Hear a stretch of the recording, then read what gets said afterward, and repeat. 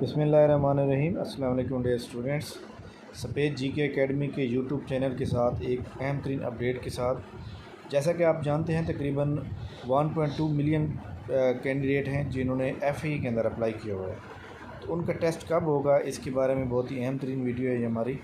तो जनाब इसको आप पूरा देखेंगे।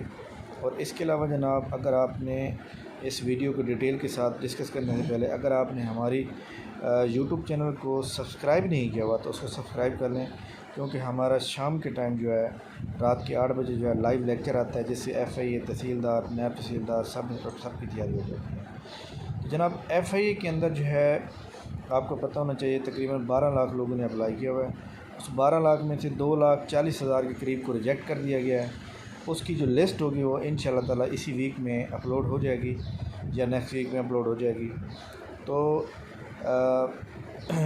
आपको पता है कि FAE का जो इदारा है वो वज़ीर दाखिला के अंडर आता है, वज़ीर दाखिला के अंडर वो काम करता है। तो इसलिए शेख रशीद साहब ने ये एक बयान दिया है अपना डॉन न्यूज़पेपर को कि जनाब जो 12 लाख लोगों ने अप्लाई किया हुआ है तो वो जनाब इंशाल्लाह ताला हम जो है ईद के फ़ौरन बाद जो है उसका जो है मतलब टेस्ट लेना स्टार्ट कर देंगे।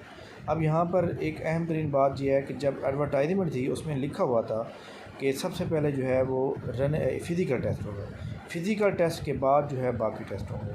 तो आप लोगों ने जनाब जहन में रखना है, जिन लोगों का फ़िज़िकल टेस्ट होगा वो सबसे पहले फ़िज़िकल टेस्ट होगा। इसके अलावा जनाब बहुत से स्टूडेंट ऐसे भी हैं मतलब जिन्होंने असिस्टेंट पे भी अप्लाई किया हुआ है, जिन्होंने मतलब है कि LDC पे अप्लाई किया हुआ है, सब इंस्पेक्टर पे भी अप्लाई किया हुआ है। एक ऐसा स्टूडेंट जिसने सब इंस्पेक्टर पे भी अप्लाई किया हुआ है, ASA पे भी अप्लाई किया हुआ है और असिस्टेंट पे भी अप्लाई किया हुआ है। तो अब सवाल ये पैदा होता है कि जनाब अगर उसका रिटन फ़िज़िकल टेस्ट हो रहा हो और इधर से असिस्टेंट का पेपर हो तो ऐसा पॉसिबल है कि जनाब वो एक चीज़ को छोड़ के दूसरी को करेगा। तो याद रखिए सबसे पहले फ़िज़िकल टेस्ट कंप्लीट होंगे, उसके बाद रिटन टेस्ट होंगे, ठीक है। तो इस तरह मतलब है आप लोगों ने जनाब तैयारी रखनी है। फ़िज़िकल टेस्ट सबसे पहले कंप्लीट होंगे जो कि 26 जुलाई 2021 को स्टार्ट हो जाएंगे। उसके बाद जनाब जब कंप्लीट हो जाएंगे फ़िज़िकल टेस्ट तो इंशाल्लाह ताला 2-3-4 दिन के अंदर कंप्लीट हो जाएंगे ना, क्योंकि आपको पता है कि तो वो 200 बच्चे को जो है ना मतलब है चेक कर रहे होते हैं, रनिंग करा रहे होते हैं। तो फ़िज़िकल टेस्ट जो है वो बहुत जल्द कंप्लीट हो जाएंगे। उसके बाद आप लोगों के जो है वो जनाब फ़िज़िकल कंप्लीट होने के बाद FAE के टेस्ट होंगे।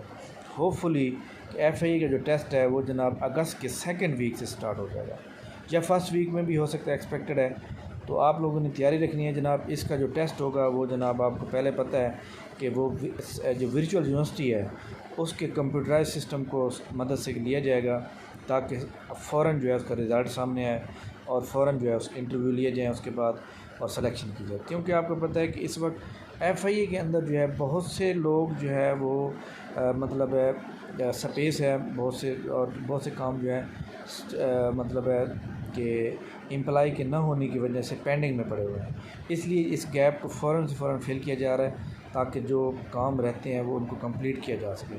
तो आप लोगों ने जनाब वाला माइंड में रखना है कि जो आपके फ़िज़िकल टेस्ट हैं वो 26 जुलाई के, और उसके बाद आपके फ़िज़िकल टेस्ट कंप्लीट होने के बाद फिर आपके रिटन टेस्ट होंगे, ठीक हो गया जनाब। इसके बाद जनाब मैं आपको बता दूं कि आपने जो जिन क्राइटेरिया के ऊपर जो हमारे जो टेस्ट हो रहे हैं उसके अंदर आपने मतलब है आपने जो रिटन टेस्ट होगा, ऑनलाइन टेस्ट होगा, उसके लिए आपने 712 से लेकर 9047 तक हिस्ट्री, पाक स्टडी के लिए 9047 से लेकर 2021 तक prime minister, president, governor general, वज़ीर ख़ारजा, इसके अलावा पाकिस्तान के अंदर होने वाले इम्पोर्टेंट इंसिडेंट और इसके अलावा पाकिस्तान के जोग्राफियाई सर्दी, ये सारी सूरत हाल आपके सामने होनी चाहिए। पाक स्टडी के बाद इस्लामियात, everyday science, basic math, analytical reasoning, computer, current affair, English, ये सारे आपके पास अच्छी तरह से नॉलेज होना चाहिए पास करने के लिए।